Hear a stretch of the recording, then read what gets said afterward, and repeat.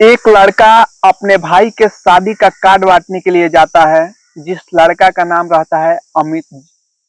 और अमित अपने भाई के शादी का कार्ड बांटने के लिए जाता है। तो रास्ते में एक घर पे कार्ड देना था। वो अपने पापा जी का दोस्त के घर पे कार्ड देने वाला था। उसका पापा जी का दोस्त का नाम था केदार जी। और वो केदार जी के घर पे कभी गया नहीं था। और वो उसका पहचान बस यही था कि द्वार पे एक नीम का पेड़ है।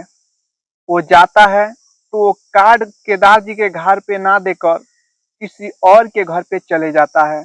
और जाके वहां पे केमारी ठकठकाता है, बैल बजाता है। तो वो उसके घर पे कोई नहीं था। बस एक सुंदर सुशील लड़की रहती है। और वो आती है, गेट को खोलती है और वो देखती है तो उसको नहीं पहचान पाती है, क्योंकि उसका कोई रिश्तेदार का भी नहीं था अमित। और उस लड़की का नाम संजना रहता है। तो कार्ड ले लेती है और बोलती है आपको हम पहचानते नहीं है। लड़की का नाम संजना रहता है। और लड़की चाय पानी बनाती है और पिलाती है। सोचती है कि शायद वो पापा का रिश्तेदार का होगा, मम्मी का रिश्तेदार का होगा। और उसको अच्छा से, बहुत अच्छा से खतदारी करती है अमित को संजना। और वो संजना देखने में बहुत ज्यादा खूबसूरत रहती है। तो उसके बाद में होता क्या है कि वो मिठाई को डिब्बा लेकर गया रहता है अमित। वो मिठाई को डिब्बा पकड़वा देता है और उसके हाथ में 200 रुपया का नोट थमा देता है। और बोलता है कि मेरा बड़े भाई का शादी है, आप आइएगा जरूर, बहुत अच्छा लगेगा। वहां से अमित कार्ड देकर चला जाता है। रात होता है तो उसको पता चलता है कि जो कार्ड देने वाला था केदार जी के घर पे, वो केदार जी के घर पे कार्ड नहीं पहुंचा था। वो किसी और के पास कार्ड दे दिया था। उसके बाद में जाता है और वो लड़की को बहुत याद करता है, क्योंकि बहुत अच्छा थी, खूबसूरत थी।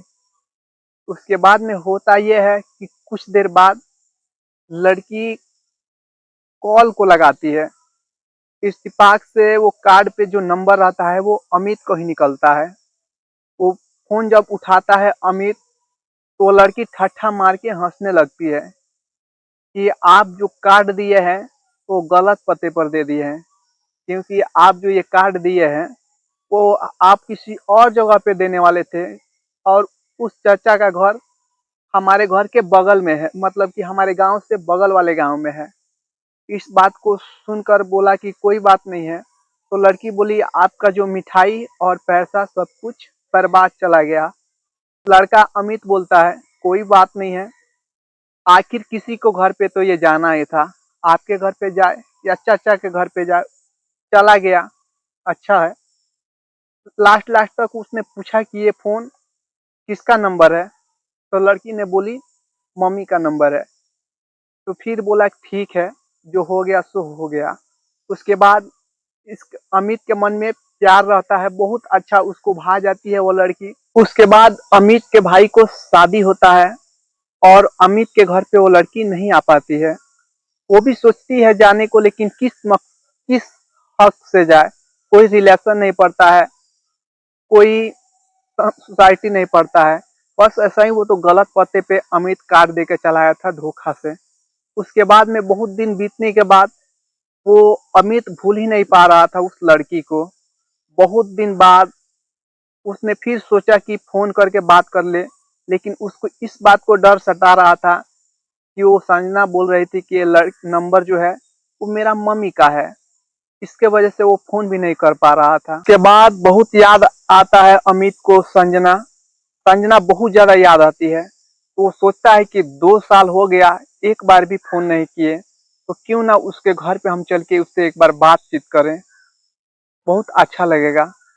वो जाता है संजना के घर पे और मिठाई लेता है एक डिब्बा और कुछ फल लेकर जाता है।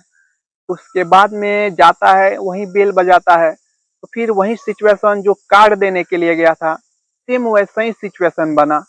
उसके घर पे कोई नहीं था, उसका मम्मी पापा कोई नहीं था। वो कुछ मार्केट में गया था सामान लेने के लिए, उसका मम्मी पापा। फिर अमित को बैठाती है वो लड़की और चाय पानी पिलाती है संजना। और चाय पानी पिलाने के बाद बोलती है आप कैसे हो। उसके बाद अमित बोलता है बहुत अच्छे हैं, आप कैसी हो? तो वो भी बोलती है कि बहुत अच्छे हैं। तो बोल संजना पूछती है कि कैसे आना हुआ, बहुत दिन बाद आए। अमित बोलता है कि हम आए हैं इस बार जानबूझ के नहीं, इस बार आप ही के घर पे आए हैं आपसे मुलाकात करने के लिए, क्योंकि आपका याद बहुत आ रहा था। तो बोली इतना दिन बाद, बहुत जल्दी नहीं याद किए, बहुत लेट कर दिए। तो संजना बोलती है और बताओ कैसे हो, शादी वादी हो गया? तो बोला कि नहीं मेरा शादी तो नहीं हुआ है अभी, और आप बताओ? तो बोल रही है आप तो बहुत ज्यादा लेट कर दिए, मेरा शादी तय हो गया है। तो बोलता है कि कोई बात नहीं है, बहुत अच्छा है, बहुत अच्छा समय पर आए। शादी है कब? तो बोलती है कि 15 दिन बाद मेरा शादी है। उसके बाद बोलता है कि क्या आप शादी से खुश है? तो संजना बोलती है हाँ मम्मी पापा शादी करा रहे हैं तो बहुत खुश है, और बात ऐसा है कि थोड़ा सा परेशानी है, क्योंकि लड़के वाले का जो डिमांड है वो बहुत ज़्यादा है और मेरा घर वाले सक्षम नहीं है, इस वजह से थोड़ा परेशानी है। तो उसका तब तक उसका मम्मी पापा आता है, और संजना के मम्मी पापा आते हैं तो बोलते हैं कि यही संजना पहचान कराती है और बताती है यही वो मेहमान है जो गलत पते पे कार्ड देके चले गए थे। और उनसे बातचीत किए उनके मम्मी पापा संजना का, बहुत अच्छा लगा। और उन्होंने बताया अपने रिश्तेदारों के बाद जहाँ पे सोसाइटी में शादी लगा किया है, जिस सोसाइटी में संजना का शादी लगा था, उसका सारे बात बताए। बोले कि बेटा कुछ परेशानी है, मन तो नहीं करता है वहाँ पे शादी करने के लिए, क्योंकि हम लोग पूरा परेशान हो चुके हैं। उनका जो डिमांड है दिन पर दिन बढ़ते जा रहा है। तो उसके बाद बोला कि ठीक है, कोई बात नहीं है, अगर इस तरह का दिक्कत है तो आप लोग शादी तोड़ दीजिए, नहीं करना चाहिए, इतना दबाव में आके आप लोग शादी करिएगा। बहुत अच्छा से बात किया अमित उनके घर वालों से। तो संजना के पिताजी बोले कि बेटा एक काम करो, अपना नंबर दे के जाओ, अगर किसी भी प्रकार का दिक्कत होगा तो हम आपको फ़ोन करेंगे।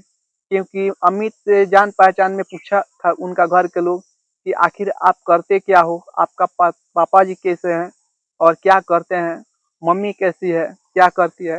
वो बहुत अच्छा खासा घर से था अमित, और सारे कुछ बता के रखा था कि हाँ हमारे मम्मी ऐसी है, सर्विस में है, टीचर है, और पापा जो बैंक में मैनेजर था वो रिटायर हो गए हैं।